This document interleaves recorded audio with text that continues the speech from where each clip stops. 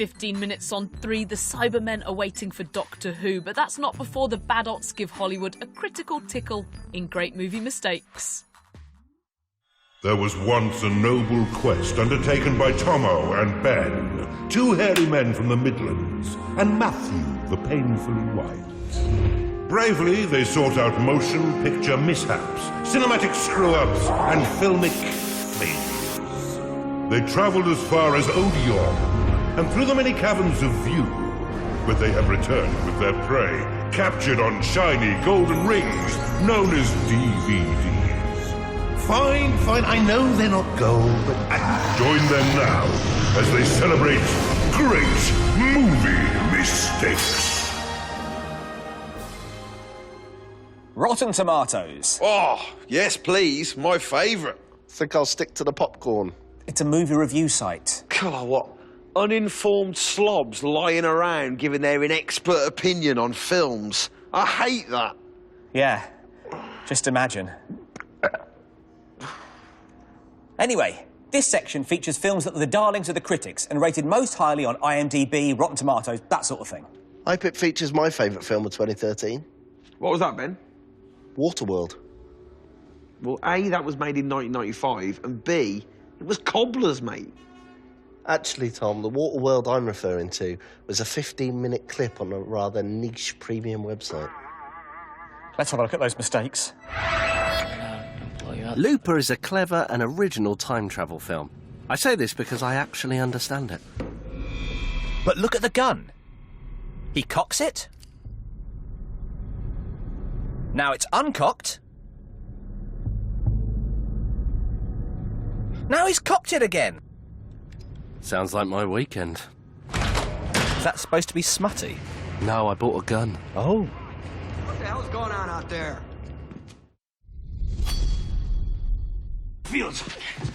So let me get this straight.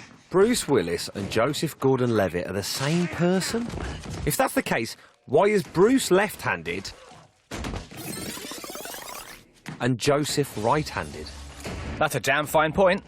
I think Bruce might just be using a left-handed gun. Shh, Ben.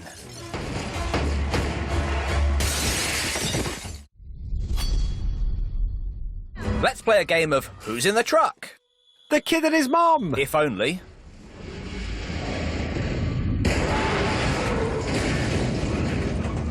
Look again, it's empty. Apart from a roll cage to stop the people who aren't even in there getting hurt.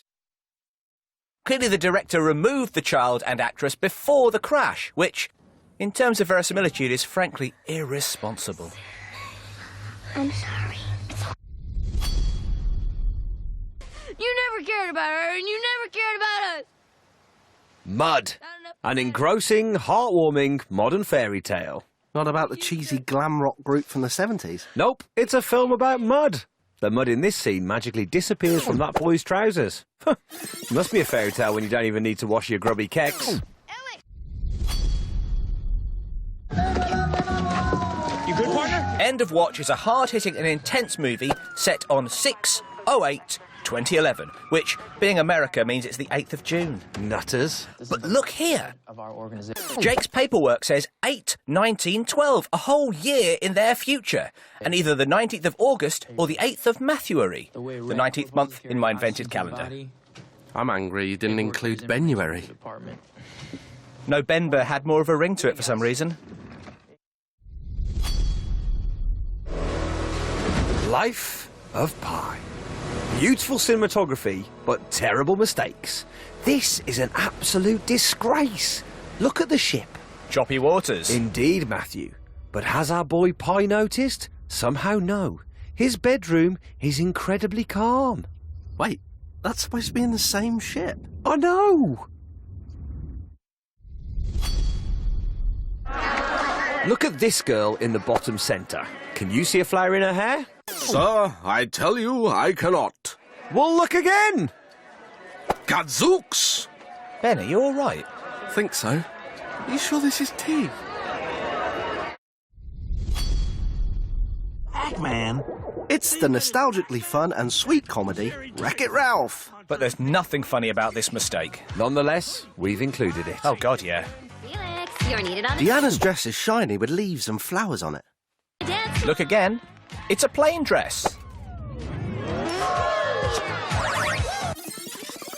And seconds later, she's by the door wearing the original dress. I don't know what to believe anymore. Ralph! Now, I've got a bone to pick with you, Ralph. This is that candy go-kart game over by the Whack-A-Mole. I gotta get out of here. Mole? Whack-a-mole, is it, Ralph? Look, a steady arcade gig is... Ha! It's Whack-a-Troll! Wildly inconsistent, which is what I shouted when I first watched this film. Is that why we're banned from the Odeon in Crystal Palace? Essentially, yes. Ralph's sticking Sour Bell to a candy tree. Note the branch pointing downwards. Stick around. Yes, okay, I will. But now, Sour Bell has freed himself, and in freeing himself has somehow twisted the branch so it points to his right. Rightful ruler of... Doubly impressive, given that his hands and feet float next to his body. All very sloppy.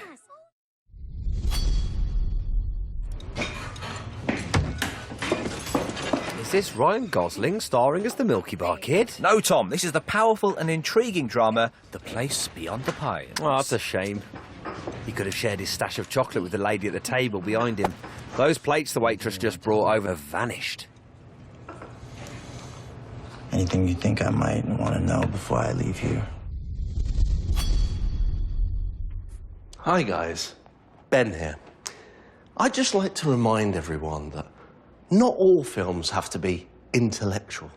They don't all need a plot or a script. Sometimes, all you need to have a good time is to watch a man get hit in the crotch. Oh! Ben makes a valid point. Sometimes you just can't beat a bit of lowbrow comedy. Oh, I've changed my mind. This isn't funny at all. Here's a selection of lowbrow clunkers. Enjoy. You think so? I don't know. You tell me. Ah, The Hangover 3. An utter movie mistake, distilling all the worst bits of the brilliant Hangover 1 and the middling Hangover 2. Mr. Chow here is going mental with a knife to Stu's neck. The right side of Stu's neck, that is. So how come the cut's on his left side for the rest of the film? And more to the point, why was this awful film made? 2, Money! 3.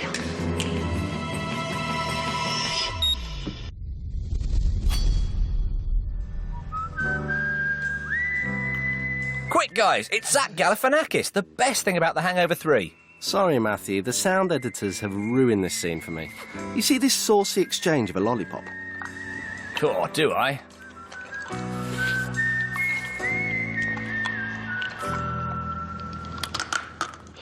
Clearly, she's crunching and chewing on the lollipop.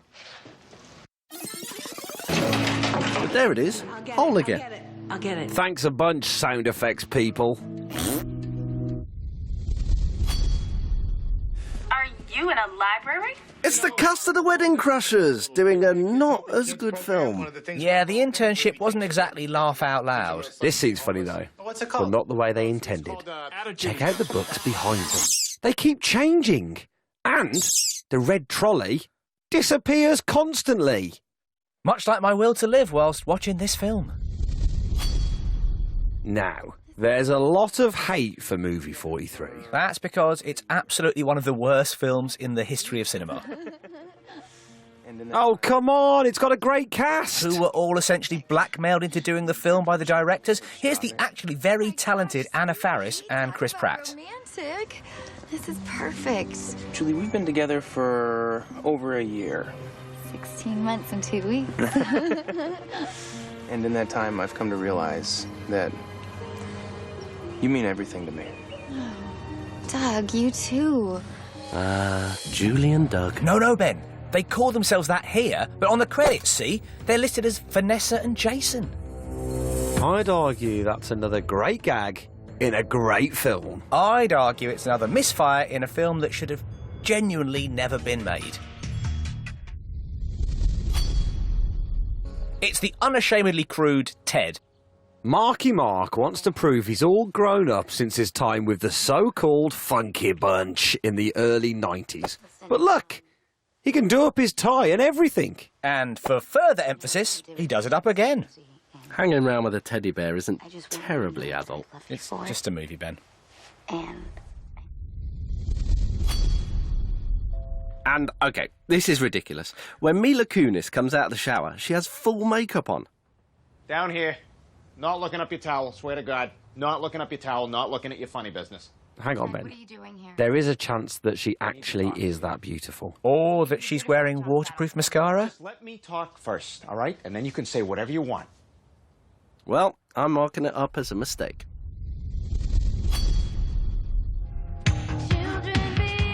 It's time for Donnie, a.k.a. Giovanni Ribisi, to show us his dance moves. Some pretty decent hip work there.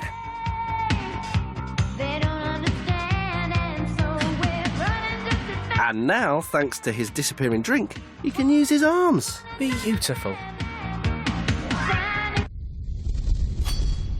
How many continuity guys does it take to change a light bulb? I don't know. Well, look at this Christian Science reading room. The lights are on.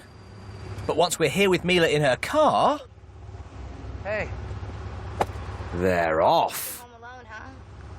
Yeah. However, spin forward just a few seconds and... I've seen the light.